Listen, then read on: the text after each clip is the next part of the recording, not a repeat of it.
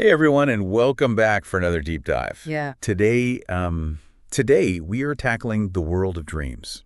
Ooh, exciting. It is, specifically through Neil Gaiman's The Sandman graphic novels. The classic. Absolutely a classic. And listeners, you've sent in some really fascinating notes and excerpts on how this series, Ah. portrays dreams as these forces shaping our reality, even our creativity and politics. It's true. Yeah, it's not Well, just those images when we close our eyes. It's so much bigger. right. And what really struck me about the notes you sent in was the connection that the Sandman makes between dreams and Right. Carl Jung's concept of the collective unconscious. Ah, yes. That idea that we're all connected through this reservoir of symbols and myths in our dreams. Exactly. And the Sandman actually calls this shared space the dreaming. Okay. One of your sources even quotes Dream, describing the dreaming as the heart of all stories, the wellspring of myth. It's not just personal, it's the foundation of our collective imagination. So it's like the Sandman is saying that our dreams aren't just random. They're connecting us to something much larger, Yeah, like a universal library of stories. absolutely. And the series actually demonstrates this really well in the storyline, where Dream gets imprisoned Okay? Yeah. and the consequences are devastating. People can't dream, or they get trapped in these endless nightmares. Oh, wow. The world starts falling apart. So it's like a pretty vivid picture of how crucial this dreaming is. It is. Not just a fantastical thing, but essential. It's essential to the world. One of your excerpts even asks, what happens when society loses its connection to the dreamscape? Right. If the dreaming represents our collective myths and stories, could its instability reflect a society that's losing its meaning? That's a really powerful idea. And the source material even compares the health of the dreaming to the mental and cultural well-being of humanity as a whole. Interesting. And this ties into another interesting aspect of your notes, the ethics of manipulating dreams. Right. The dreaming is not always this peaceful haven, Yeah, and Dream himself can be pretty ruthless. absolutely. He wields immense power over the dreaming, and he's not afraid to use it, Right. even if it means manipulating others. Yeah. You highlighted Dream's punishment of the Corinthians. Oh, yes. The Corinthian nightmare with eyes for mouths. One of the more creepy characters. Yeah, one of the more unsettling. For sure. But it brings up the question, what is a rogue nightmare anyway? I mean, isn't a nightmare by its very nature disruptive? That's a great question. In The Sandman, nightmares have a purpose within the dreaming. Okay. They represent our fears, anxieties, the darker sides of our psyches. Right. But a rogue nightmare steps outside those boundaries, starts influencing the waking world in harmful ways. Oh, It's like a psychic virus escaping from the dreaming and infecting reality. okay. So that makes it much clearer and much creepier. Yeah. Makes me think of that quote you pulled from the source material. That power seeks to control even the landscape of the mind. So if someone can control our dreams, do they control our thoughts, our actions? That's pretty unsettling. It is, and this is something that the Sandman really explores in depth. Okay. Dream, who's supposed to be the guardian of the dreaming, sometimes walks a fine line between protecting humanity and manipulating it. Yeah, and that's where this ethical debate comes in, right? Exactly. Even in the realm of dreams, who decides what's best for everyone else?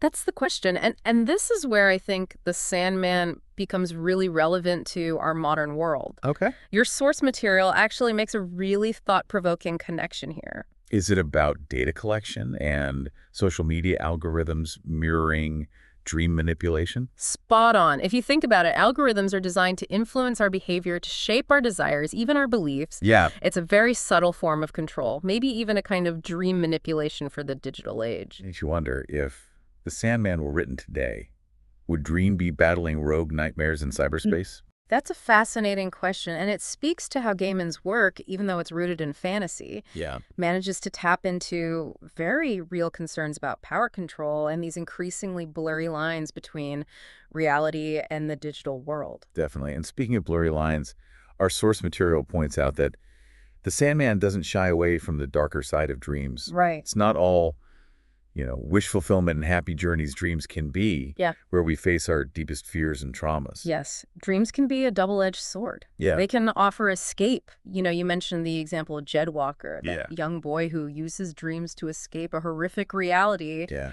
His dream world becomes a protective bubble, shielding him from trauma. That's such a powerful example of how dreams can offer comfort, especially for those facing difficulties. But on the other hand, you have characters who are tormented by nightmares, forced to relive past traumas or face their darkest fears. And even those nightmares, while terrifying, Yeah. aren't always just about inflicting pain. No. In the Sandman, they often serve a purpose. Think of them as like brutal but necessary therapy, Okay. pushing characters towards growth and self-discovery. So like confronting our demons in the dreaming can actually help us heal in the waking world. It's a really interesting perspective, you know? Yeah. We often try to avoid uncomfortable emotions, but maybe those dark corners hold keys to understanding ourselves better. That's a great insight. And the Sandman seems to suggest that facing our fears, even in dreams, Yes. can lead to big personal transformation. Absolutely. And this ties into another fascinating aspect of your notes. Okay. The idea of dreams as the source of creativity. Yes. The source material quotes a line from the series describing the dreaming as the place where ideas are born. It is. It's this incredible concept like art innovation storytelling. It It is. all stems from the dreaming. It does. And when dream is absent, the impact is felt immediately. Right. You highlighted that scene where, without dream artists are suddenly struck by this lack of inspiration. Scientific innovation halts. It's like the world loses its creative spark. I remember that part. It's like, without dreams, humanity loses a fundamental part of what makes us human, our ability to imagine and to create. Yes. This ties into that metaphor from your notes, how the dreaming itself represents the creative process. Yes.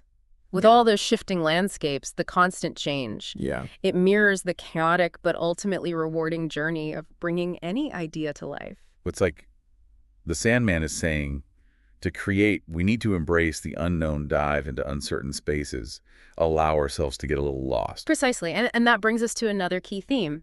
You highlighted the idea of dreams as metaphors for ambition and desire. Right. Because dreams aren't always about fluffy clouds and happy endings, are they? No, they're not. They can represent our deepest desires, our ambitions, and those can lead us down dangerous paths. Absolutely. You mentioned the example of Rose Walker, whose desire to protect her family Oh, yeah. inadvertently makes her a force of destruction within the dreaming. It's a powerful reminder that even the most well-intentioned dreams can have unintended consequences. Right. Especially when they consume us. Yes. It's like, what's the cost of pursuing our goals single-mindedly? When do our dreams become obsessions that blind us to the bigger picture? It makes you think about those times when you've been so focused on a goal that you might have missed the consequences or even hurt someone. It's a question that really resonates with us, you know? Yeah. We all have dreams, ambitions, aspirations, but how do we balance those with our responsibility to others? And when does the pursuit of a dream cross the line into obsession? Big questions. And it feels like the Sandman is taking this idea even further. What is reality anyway? Right. If dreams can feel as real as waking life, what distinguishes one from the other? Wow. One of your sources connects this to Plato's allegory of the cave, where what we perceive as reality might just be shadows on a wall. Mind blown. It makes you question everything. So are you saying our world right now could be just another type of dreaming with its own rules, but no more real than the dreams we have at night? That's the question the Sandman seems to be posing. It challenges us to rethink our assumptions about reality and recognize the power of dreams in how we see the world. This is incredible.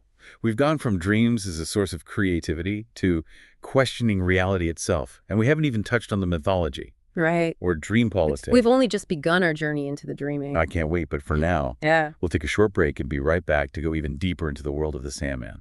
As we go deeper into the Sandman, one thing that stands out is how it blends ancient mythology into this exploration of dreams and reality. Yeah, one of the excerpts that you provided actually points out that the dreaming is full of these ancient stories and archetypal figures. Yeah. Almost like dreams are this direct line to humanity's oldest myths and legends. That's a great way to put it. Your source actually quotes a passage where Dream describes the dreaming as the repository of ancient tales, the echoes of primordial dreams.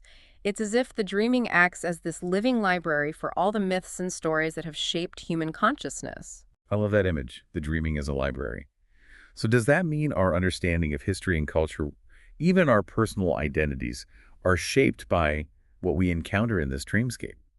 Are we all in some way influenced by these ancient stories, whether we're aware of them or not? That's a really thought-provoking question, and it's something the Sandman seems to be exploring. Dream as the ruler of the dreaming acts as a bridge between the past and present, Okay. keeping those stories alive, ensuring they continue to resonate with each new generation. It's fascinating to think about how these ancient myths might be woven into our dreams, shaping our beliefs and values, even without us realizing it. And this leads to another interesting concept from your notes, the idea of dream politics. Okay. What if collective dreaming could actually influence real-world events like political movements or even revolutions? That's where things get really interesting. One of your sources mentions a line from the Sandman where a character says, "What happens in the dreaming can spill over into the waking world." Mm. It suggests that the boundaries between those realms are more porous than we might think. So if enough people were to dream of a better world, a more just society, could that collective dream energy actually manifest in reality? Could the dreaming be like a battleground for ideologies, a place where we fight for our beliefs even in our sleep? It's a mind-blowing idea, and it's something that the Sandman touches on with the concept of unrest in the dreaming. Right. You highlighted that passage where rogue nightmares and other disturbances within the dreaming seem to mirror real-world conflicts and societal upheaval. Right. It's like those disturbances in the dreaming are reflecting the tensions and anxieties in our waking lives. So if the dreaming is this reflection of our collective consciousness, does that mean we can actually change the world by changing our dreams? That's the question the Sandman seems to be posing. It suggests that maybe by confronting our fears and anxieties in the dreaming, by imagining a better future, we might actually create the conditions for that future to manifest in reality. Wow. That's both empowering and a bit terrifying. It makes you wonder about the responsibility we have as dreamers. If our dreams can shape reality, then we need to be mindful of what we're dreaming, what stories we're telling ourselves. Absolutely. And this brings us to another relevant point. You raised the impact of technology on our dreams. The Fan Man, of course, was written before the internet and social media. Right. But it's fascinating to consider how a story so focused on the power of imagination would grapple with our increasingly digital world. It's true. The Sandman celebrates the boundless possibilities of the dreaming, this realm of pure imagination. And that feels like a stark contrast to the structured, often data-driven nature of technology. One of your sources asks a very pointed question. Could AI ever enter the dreaming? Oh, wow. Imagine algorithms designed to influence or even control our dreams. It raises some pretty profound questions about the future of creativity and human connection in a world dominated by technology. That's a chilling thought. If technology starts to infiltrate our dreams, do we lose something essential about being human, our ability to connect with those deeper parts of ourselves? It's a question worth pondering, and it makes me think about how the Sandman, even though it's fantasy, ultimately speaks to something very real about the human condition. Yeah, one of the excerpts you shared describes dream as the embodiment of humanity's need to dream, to imagine, to create. It's like by exploring the world of dreams, we're exploring what it means to be human. Precisely. And as we go deeper into this exploration, we inevitably encounter the complexities of morality, the challenges of free will, the enduring power of ancient myths, and the ever-evolving relationship between technology and human imagination. And through it all, the Sandman seems to be suggesting that dreams aren't just fleeting illusions. They hold the potential for healing, for transformation, for social change, even for questioning the very nature of reality itself. This has been an incredible journey so far, and I can't wait to see where we go next. We've covered so much ground, from Jungian psychology to ancient myths to the ethics of dream manipulation and technology's impact. It's amazing how the Sandman weaves it all together through this lens of dreams. It really is, and it speaks to the power of Gaiman's storytelling, and to our fascination with dreams. Yeah. This mysterious realm that's both deeply personal and universally resonant. And even after all we've talked about, it feels like we've only just scratched the surface. Yeah. There's just so much more to explore in the Sandman. There is, and that's the beauty of deep dives like this. It's not about getting all the answers, but Yeah. about sparking that curiosity, opening up new thoughts and encouraging you, our listener, to keep exploring these ideas. I love that it's like giving you a key to this world and inviting you on your own adventure. Exactly, and The Sandman is a work that rewards multiple readings, each time you find new insights and connections. As we wrap up our deep dive into dreams and reality through the Sandman, I keep coming back to this one idea that really struck me. Okay. It's from one of your sources, this notion that dreams are a measure of our humanity. That if dreams are uniquely human, they must reveal something essential about who we are. And Dream, as a character, he embodies this idea. Yeah. He's not just the ruler of dreams, but a reflection of our own capacity to dream, to hope, to create. And his evolution throughout the series, the way he learns and grows, does that suggest that humanity can also change and grow through dreams? It's a Hopeful thought. It is. It suggests that even when things are tough, even when we feel lost, our dreams can heal us, inspire us, and remind us what it means to be human. That's beautiful. So as we come back to the waking world, let me leave you with Mhm. this final question. If dream embodies the power of dreams, does his evolution suggest that humanity itself can change and grow through its dreams? Something to think about. Thanks for joining us on this journey into the dream.